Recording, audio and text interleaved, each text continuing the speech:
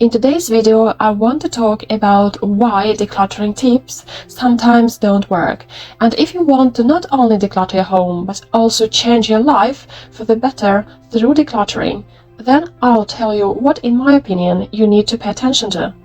In the previous video, I talked about how decluttering has impacted my life in just 6 months, and that thanks to the insights I gained through decluttering, I made my dream come true. Namely, a trip to Crete with my daughter. If you haven't watched that video yet, I'll leave a link to it in the description. Today's video will be a continuation of the previous video, and today in this video I'll use footage from my vacation in Crete.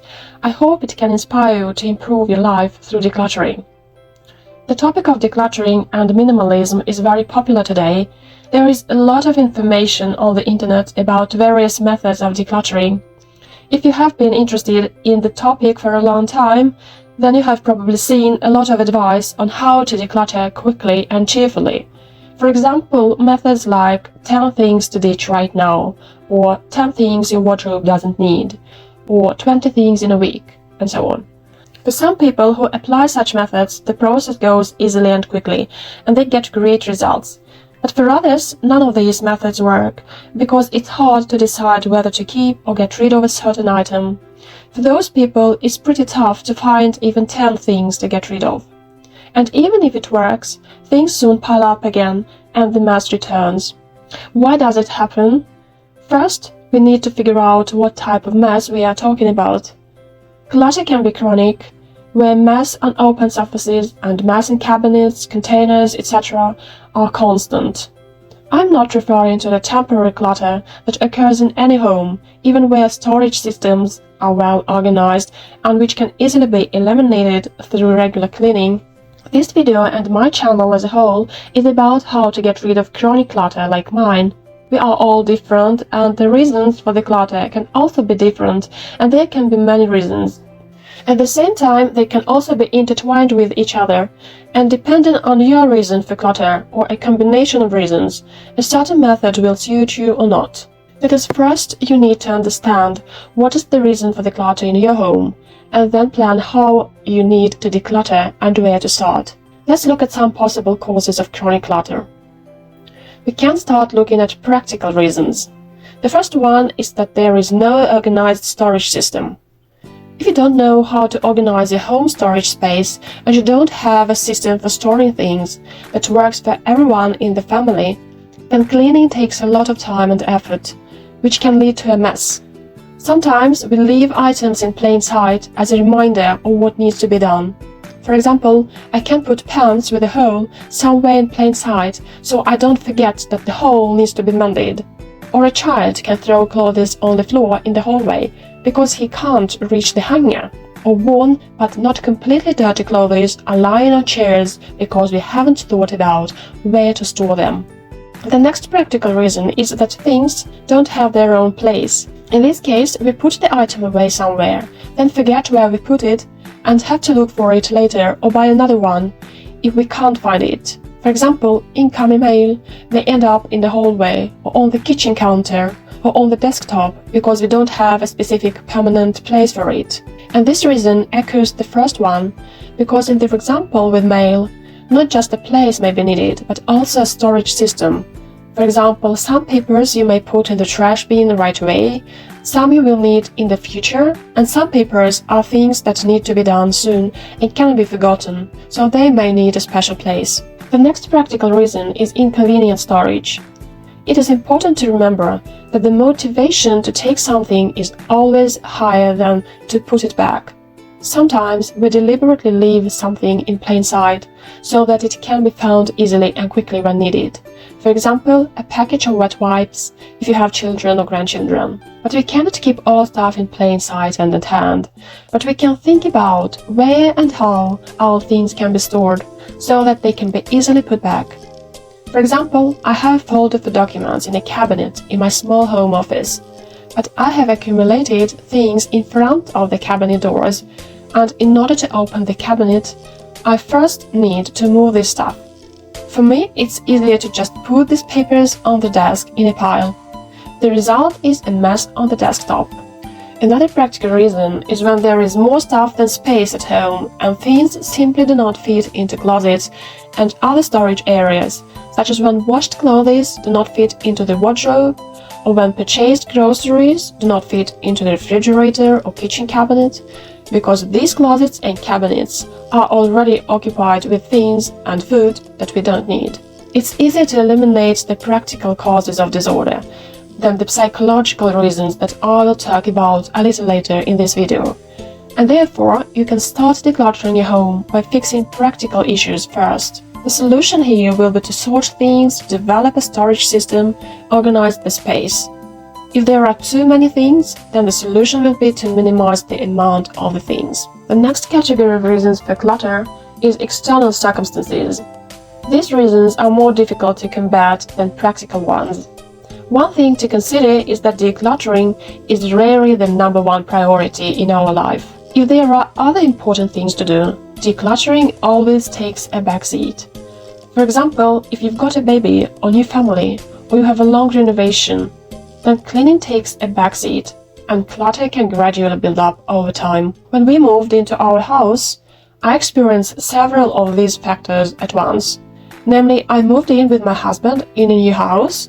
Our son was only 2 weeks old when we moved in, and only a few months later, we had a leak in our only shower and toilet and had to do laundry, go to the toilet, and take a shower in a restroom trailer that was parked outside our house. I didn't have the opportunity to unpack my moving boxes and organize some storage places. In such cases, I think the best solution is to be able to prioritize and give yourself time. Wait until the baby is older or the renovation is over, and do only what you have time to do and have the energy for in the meantime. Yes, now I have to sort out a huge amount of accumulated things while struggling with the lack of time. But then, I gave my children maximum attention and time, and this gives me a feeling of satisfaction. Lack of time is another external circumstance that is difficult to deal with. Time pressure occurs when there are more things to do than time to get them done. For example, if you work full-time and when the place of work is far away, the commute takes a long time. Every day you need to do household chores, cook food, and spend time with the children. There is simply no time left for cleaning and decluttering. And we cannot make a day more than 24 hours. What could be the solution? I've decided to take 20% of my time from work by switching from full-time to part-time. I understand that for many people work is a matter of money and not everyone can do this. The solution could be delegating household chores, to hire a babysitter, to order groceries online with home delivery, or again setting priorities. I will return to my example with the hole in the children's clothes. So I put the pants in plain sight so as not to forget to repair them. At the same time, I don't have time to repair the clothes, and the item lies for weeks or months waiting for being mended. In addition to the mess, I get stressed seeing all the things that are piling up and waiting for their turn. But instead, I can throw out the torn pants and buy new ones, what I'm ready to spend my time on and what things I can let go of. This is a question of priorities. By letting go of things, I minimize the time that needs to serve these things, and I can free up time for cleaning or something else. Another external circumstance may be a partner or other family member who don't participate in the process of maintaining order or clutter the space that you are cleaning. Here, of course, it depends on what kind of relationship you have in your family and whether you can have a dialogue with each other. It is possible that this person cannot maintain order due to some neuropsychiatric disorder or illness. So here you may need the help of a specialist. The next category of clutter causes are psychological reasons, when clutter is related to internal processes or personality traits. These reasons are difficult to work with and it takes time. In this case, methods like get rid of 5 things a day are not going to give long-term results. There are many psychological reasons. I can only give a few examples. If you have fatigue, exhaustion, hyperactivity syndrome, anxiety, depression, you may need the help of a specialist. And I believe that the focus should be on therapy, as even in this case you can gradually clean up, and perhaps your condition may even improve in the process of decluttering. But you need to do it with self-care, with acceptance of your possibilities, to listen to your body and do nothing by force, not to set big goals and declutter little by little. You can start by sorting things into categories or cleaning small areas of the house, not to do difficult things like as making difficult decisions, like to keep or not to keep. Such decisions and large decluttering projects require great physical and psychological efforts. Another psychological reason for clutter is sentimental attachment to things, when things are associated with people, events or places that evoke emotions in us. For me, this is a very difficult category. I think rationalization can help here. You can ask yourself, what emotions does this thing evoke? Is the emotion positive or negative? Why are you holding on to this emotion? Don't want to let it go? What need does the emotion reflect? Can I satisfy this need in another way? For example, it is difficult for me to get rid of the stuff that my children used when they were babies, like their first cute socks or snuff blankets. What emotions are involved here? It is tenderness, a feeling of deep love, but also a pity that those times can't be returned, an unwillingness to let go of the past. I can choose to focus on creating a closer connection with my children today, to switch from nostalgia for the past to the present moment so as not to miss the happiness and joy of being mom today. And of course I can choose to keep these cute items in order to remember that wonderful feeling of joy. Besides, I think you shouldn't throw away things that you are emotionally attached to until you are ready for it. Fear of the future can also be a psychological reason why we save things for a rainy day. This can concern both things, papers and projects. In the last video, I said that as a child, I didn't have enough things, and the fear of being without things still lives with me. The hardest thing for me is to part with old notes from workshops and my road projects, although I know that I will not return to many of them, but I keep them just in case.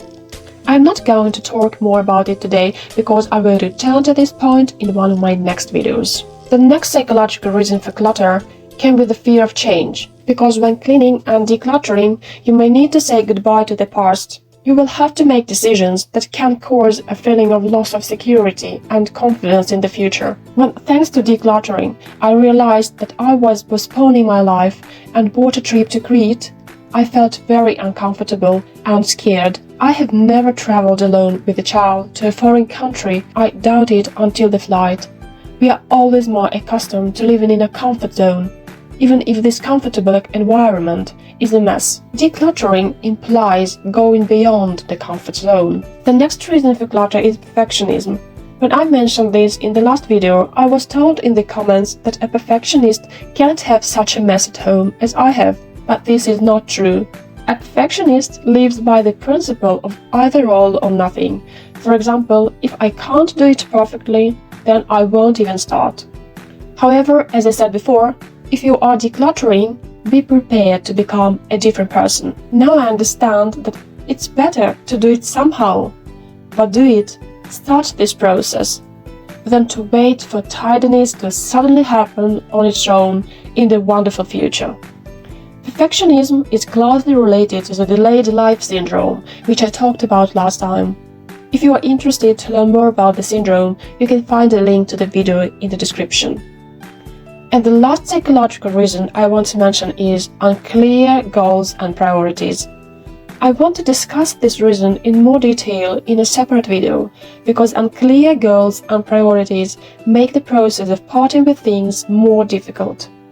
By decluttering, we can better understand what is important to us, and working on our priorities can really transform our lives. That's all for today, and if you like this, subscribe to get notified about the next video where I will show you how I apply these thoughts in practice. I wish you a great day, lot of positive energy and a clean and tidy home. Thank you so much for watching.